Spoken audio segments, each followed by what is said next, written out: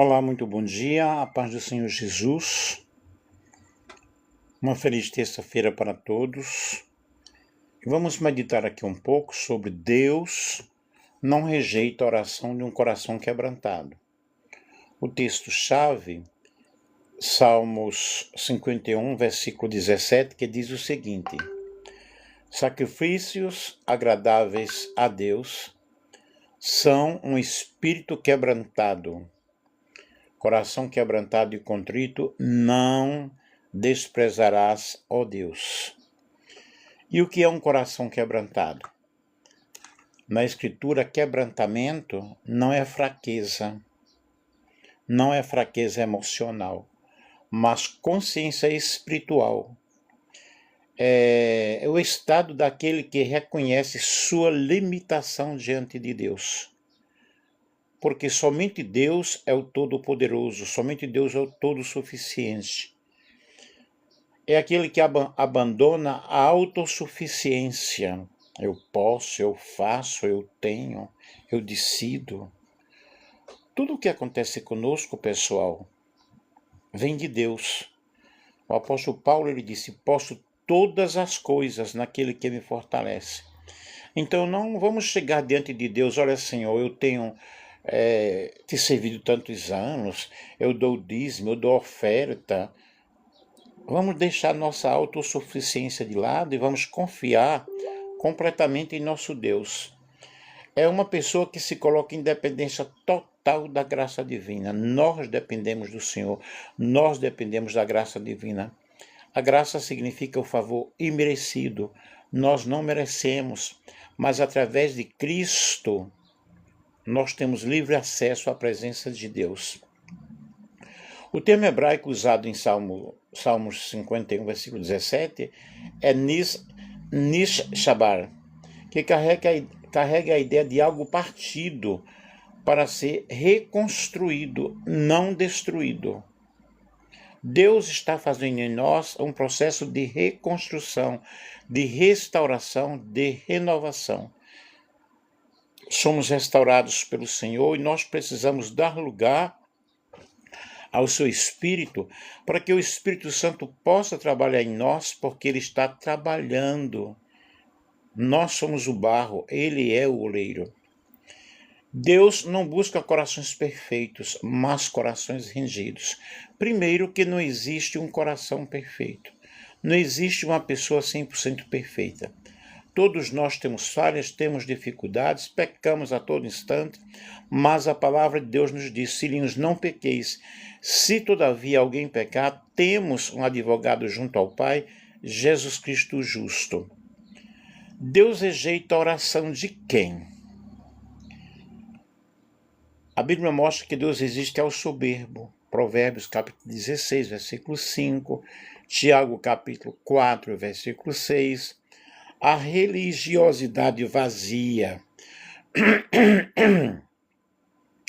Essa religiosidade vazia, ela está bem expressa em Isaías capítulo 1,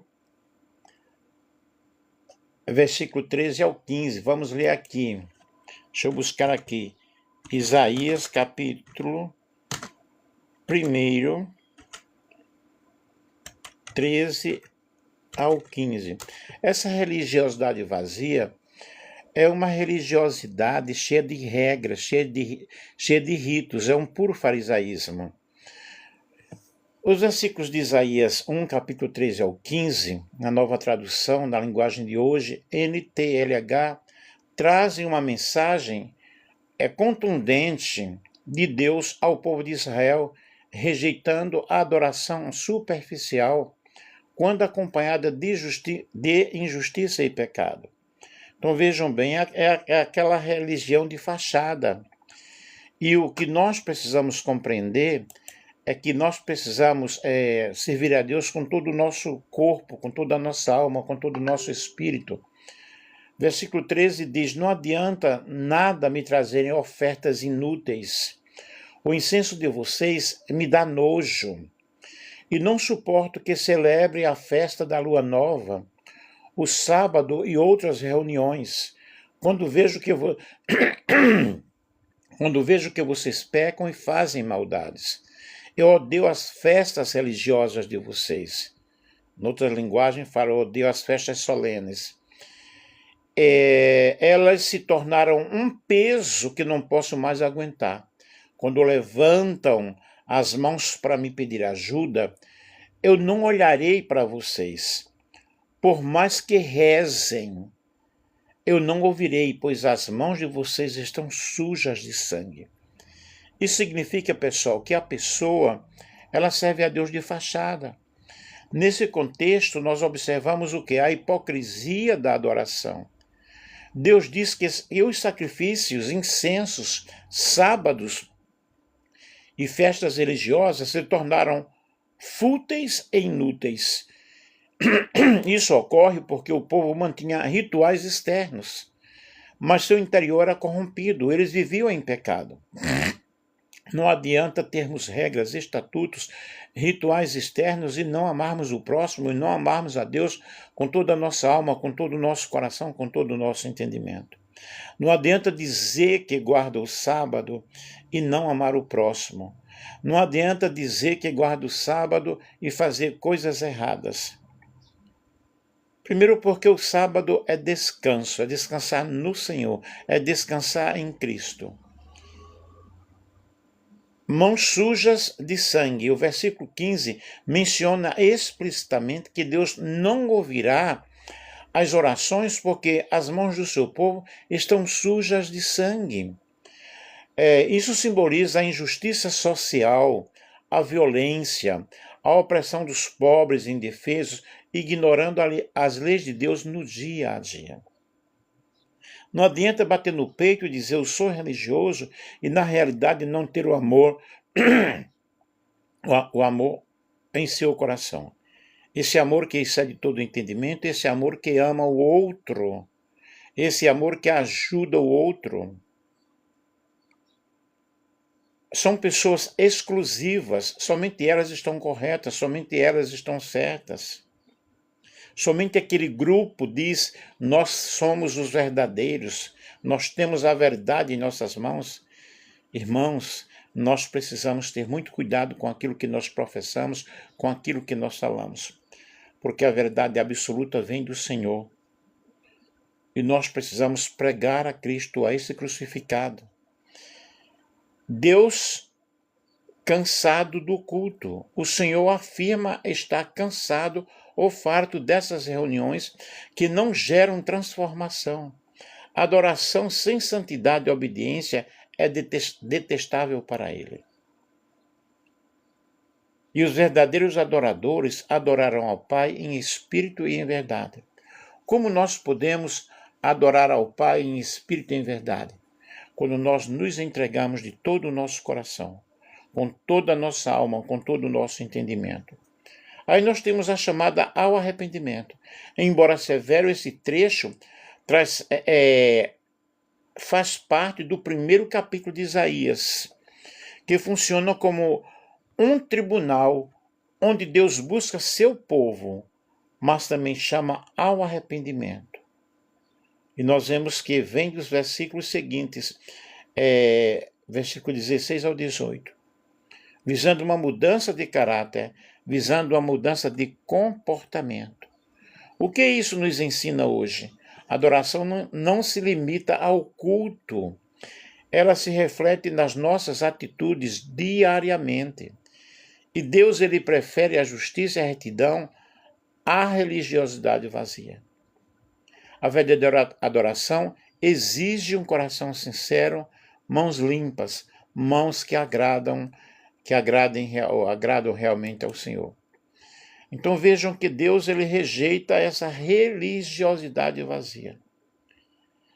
A oração sem arrependimento. Nós precisamos nos arrepender na presença do Senhor. Cada dia. Isaías, capítulo 59, versículos 1 ao 2, fala sobre isso. E como que nós podemos nos arrepender diante do Senhor? Isaías 59, 1 a 2, destaca que a falta de resposta divina não se deve à fraqueza de Deus isto é, a mão encolhida de Deus, ou surdez, mas sim ao pecado humano. As iniquidades, elas agem como uma barreira que separa o homem de Deus, impedindo a oração e ocultando o seu rosto. O texto convida-nos ao arrependimento para remover essa separação. Os nossos pecados nos separam do Senhor. Versículo 1 afirma que a mão do Senhor é forte para salvar e seus ouvidos atentos para ouvir. Deus está atento para a nossa oração. Versículo 2 explica que os pecados e iniquidades causam separação entre o povo e Deus, fazendo com que ele esconda o seu rosto. E o contexto, o capítulo trata da queixa do povo sobre a ausência de Deus. E a resposta profética coloca a responsabilidade nas atitudes humanas e na necessidade de arrependimento, focando em restaurar a comunhão. É o que precisa acontecer conosco, restauração. E as traduções mais comuns, Almeida, NVI, NTLH, enfatizam que o poder de Deus permanece, mas o pecado cria na realidade uma grande barreira espiritual. E nós precisamos destruir essa barreira. Mas Deus rejeita esse tipo de oração, né? Porém, Deus não rejeita o coração sincero. Quando chega diante da presença dele, derrama-se diante do altar do Senhor, se humilhando com oração, e a palavra de Deus diz que se este povo que se chama pelo meu nome se humilhar, orar, buscar a minha face, Deus ele vai atender a nossa oração. Deus nunca rejeita a oração daquela pessoa aflita que clama a ele, o quebrantado que se humilha. Assim diz o alto e sublime: habito no alto e santo lugar, mas habito também com o contrito e abatido de espírito. Isaías 57 e o versículo 15. E essa habitação de Deus é morar. Isaías capítulo 57 e o versículo 15 fala justamente essa habitação de Deus na vida da pessoa, na vida daquele que busca o Senhor, na vida daquele que busca a presença do Senhor. Isaías 57, 15 descreve Deus como alto e sublime, habitante da eternidade e santo, que apesar de sua majestade, que apesar de sua grandeza, habita com o contrito e abatido de espírito. O objetivo divino é vivificar o espírito dos humilhados e renovar o coração dos contritos, oferecendo conforto, esperança e novas forças. E aqui nós vemos aqui estão os pontos principais sobre este versículo, a natureza de Deus. Ele é descrito como alto e sublime, mas que habita na eternidade e cujo nome é santo, mas que está em nossas vidas, está em nossos corações. O habitar divino, Deus habita em um alto e santo lugar, mas também habita com o contrito, com o abatido de espírito. E o propósito aqui é a presença de Deus em nos dar vida, em vivificar o espírito dos abatidos e o coração dos contritos, em restaurar, em fazer de nós um vaso novo, uma nova criatura. E a promessa, Deus promete não permanecer irado para sempre, para que o espírito do homem não esmoreça, mas que seja fortalecido dia após dia, momento após momento. O versículo destaca o paradoxo da grandeza de Deus, que está acima de tudo, mas se inclina para estar com aqueles que são humildes, que são contritos de coração. Louvado seja o nome do Senhor. E que nós possamos nesta manhã entender o que Deus está falando conosco. Esta mensagem nos fala da transcendência de Deus. Ele é alto e sublime, vive além do tempo, habita a eternidade, mas isso mostra que Deus é infinitamente maior que nossos problemas, que a própria criação. Nós temos aí também a imanência de Deus.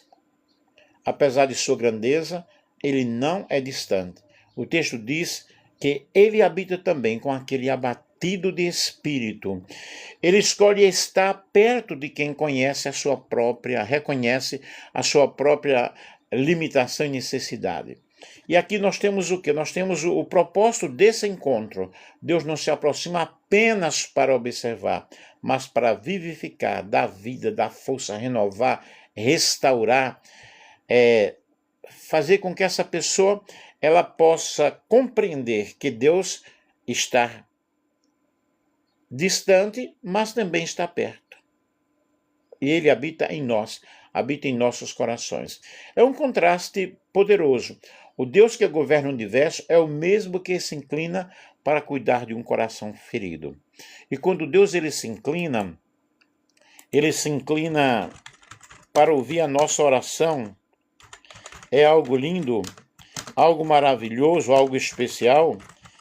E o Salmo 113 fala sobre isso, né? E o Deus que habita nas alturas, mas que ele se inclina para ver o que se passa na terra. E a Bíblia descreve o momento em que Deus se inclina para a oração como um gesto de atenção ativa, proximidade e misericórdia. Diferente de apenas ouvir à distância. O ato de inclinar-se sugere que o Criador do universo abaixa-se para estar no mesmo nível de quem clama por socorro. Aqui eu vou citar alguns momentos e condições principais citadas nas Escrituras, no momento do clamor sincero e paciente. O exemplo mais clássico está em Salmo 40, versículo 1, onde a inclinação de Deus é a resposta à confiança persistente. Esperei com paciência no Senhor. Ele se inclinou para mim e ouviu a minha fala e ouviu o meu clamor.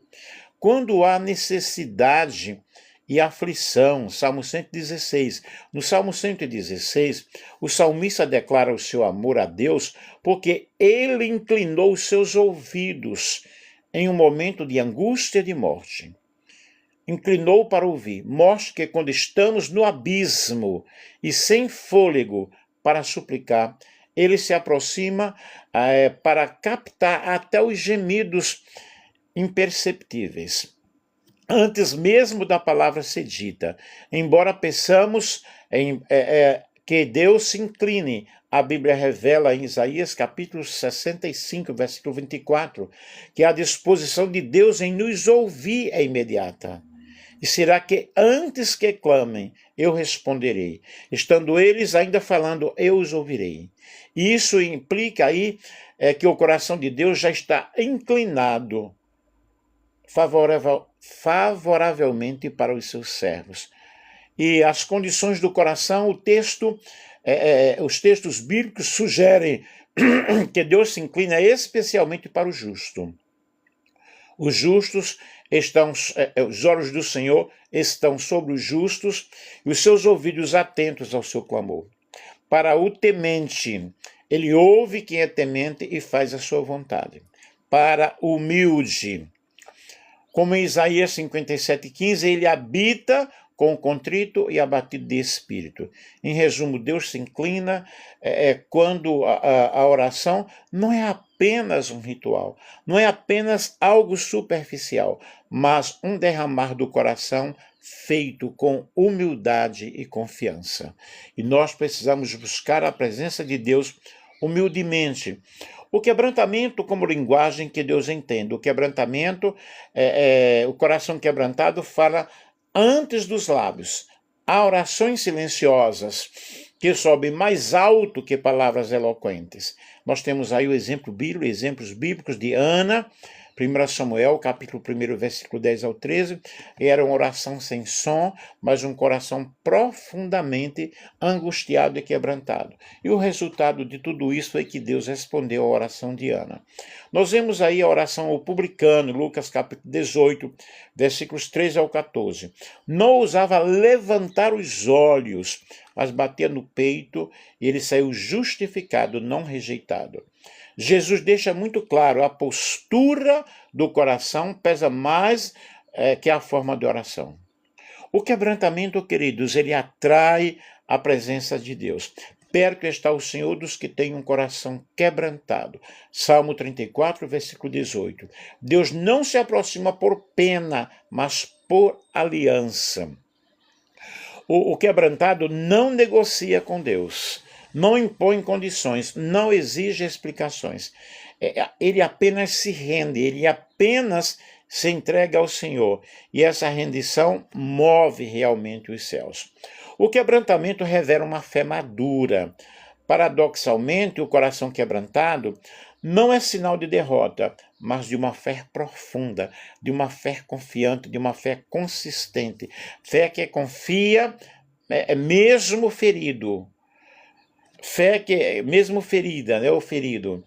Fé que ora mesmo sem respostas. Fé que submete sem entender. Aquele, ainda que ele me mate, nele eu esperarei. Jó capítulo 13, o versículo 15. Aí nós vemos aqui sobre Jesus e o coração quebrantado. Jesus veio para os quebrantados, não para o autossuficiente. O Espírito do Senhor está sobre mim, enviou-me para curar os quebrantados de coração. Lucas capítulo 4, versículo 18. E na cruz, Cristo se fez quebrantado para acolher, para abraçar todo o quebrantado. Por isso, nenhuma oração sincera é ignorada quando nasce da dor entregue a Deus. Concluindo aqui, Deus não rejeita lágrimas quando elas se transformam em oração. Deus não despreza a dor quando ela se torna entrega. Deus não ignora o silêncio de um coração que clama. O quebrantamento não afasta Deus, atrai ao Senhor. A oração que nasce da alma nunca volta vazia. Amém? Que Deus em Cristo abençoe. Senhor Deus, Pai de misericórdia, Pai de toda consolação, aqui venho diante de Ti, venho diante da Tua presença, Senhor, te pedir perdão dos meus pecados, te pedir a Tua misericórdia para a minha vida e para este dia. Estou aqui, Senhor, sem máscaras, sem defesas, sem forças próprias. Tu conheces, ó Pai, o meu coração, Tu conheces também o coração daquele que aí está em nossa live, e nós pedimos, ó Pai, que Tu possas ajudar. Amanda Matos está aí, que Deus te abençoe. Deus, Tu conheces o nosso coração, as nossas dores, Tu conheces, ó Deus, as nossas limitações, o quanto nós precisamos do Senhor. Das nossas lágrimas, dos nossos gemidos, ó Deus, das nossas noites em silêncio e ocultas para muitas pessoas, mas somente o Senhor sabe o quanto nós necessitamos. E nós não temos méritos para chegar diante de Ti, mas nós nos achegamos a Ti neste momento, ó Pai, com o nosso coração sincero, com o nosso coração quebrantado e confiando nas Tuas promessas. Quebra em nós, ó Deus, o nosso orgulho, quebra em nós o nosso eu, Senhor, e não nos afastes da Tua vontade, não nos afastes da Tua presença, que o orgulho, o medo, a culpa e a autossuficiência sejam coisas jogadas fora, mas toma as nossas fraquezas e transforma a nossa dependência, Senhor, toma a nossa dor e transforma em propósito. Quantas vezes, ó Deus, as nossas forças se esgotaram, mas somente a Tua graça, ó Deus, pode nos sustentar, somente o Teu amor pode realmente nos dar a vida. Deus, se a nossa fé vacilou, renova-nos pelo Teu Espírito Santo, pelo Espírito de renovação, e nós nos entregamos, ó Pai, eu e o pessoal aí da live, Senhor, nos entregamos diante de Ti, nos entregamos da Tua presença, aquilo que nos ofendeu, aquilo que nos feriu, aquilo que trouxe problemas ao nosso coração, Senhor, aquilo que nós tentamos carregar sozinhos e não podemos carregar.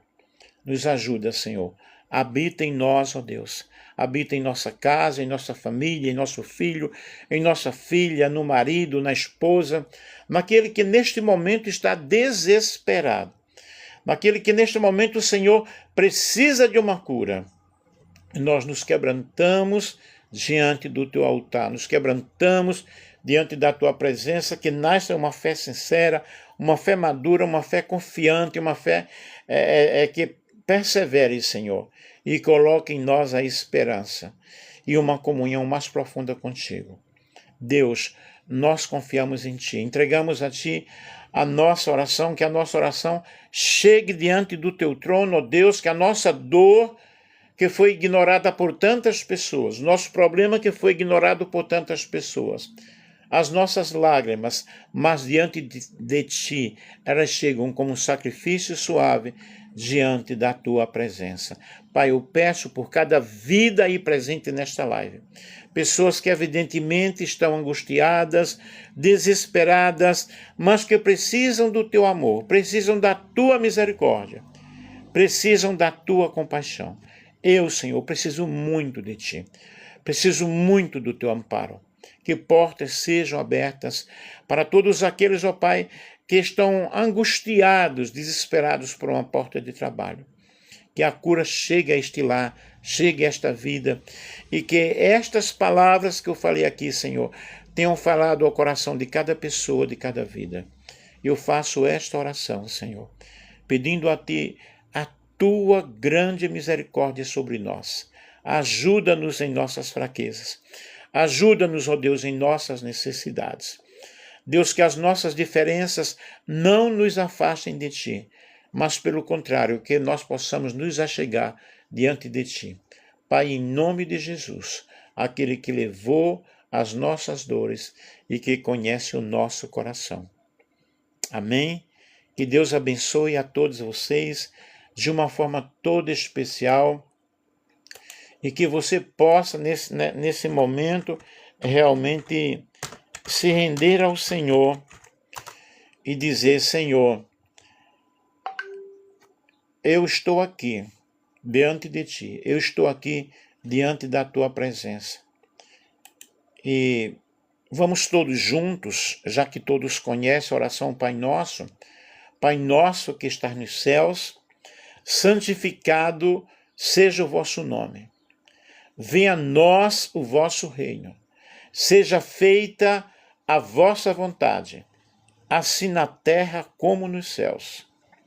O pão nosso de cada dia nos dá hoje. Perdoa-nos as nossas ofensas, assim como nós perdoamos a quem nos tem ofendido. E não nos deixes cair em tentação, mas livra-nos do mal, porque Teu é o reino, o poder e a glória, para sempre. Amém. Gente, quando você faz esta oração, os pontos principais desta oração, estou terminando aqui, é o reconhecimento. Reconhecer Deus como Pai e a sua santidade. Também a vontade divina é colocar a vontade de Deus acima da própria vontade. E necessidades, pede o sustento diário e o perdão dos pecados. E também o perdão, que enfatiza a necessidade de perdoar os outros, e a proteção, que pede livramento contra a tentação e contra o mal. Portanto, que Deus em Cristo abençoe a todos vocês. Muito obrigado por terem nos acompanhado aí nessas reflexões, ok? Eu faço lives todos os dias, eu tenho um ministério online de pregação, e Deus tem abençoado muitas pessoas que têm nos seguido, muitas bênçãos têm acontecido. As minhas lives, elas geralmente são baseadas em temas muito importantes, com base científica, porque eu faço um artigo científico dos meus assuntos. Eu pesquiso, tenho em PDF todas as minhas lives. Se alguém quiser, pode nos procurar no privado que nós enviaremos.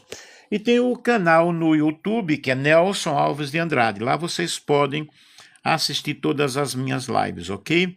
Que Deus abençoe a todos vocês, uma feliz terça-feira. Ore por mim, porque eu também preciso muito de oração. Inclusive, pessoal, eu fui operado em em setembro desse olho aqui de cataratas, e quando foi em novembro, dia 26, eu fui operar desse, mas fiquei na mesa de cirurgia porque não tem anestesista. Estou preocupado porque até agora não me chamaram. Orem para que Deus possa agilizar esse processo, ok? Um beijo para todos vocês e um dia maravilhoso. Amanda Matos, você entrou aí, que Deus te abençoe.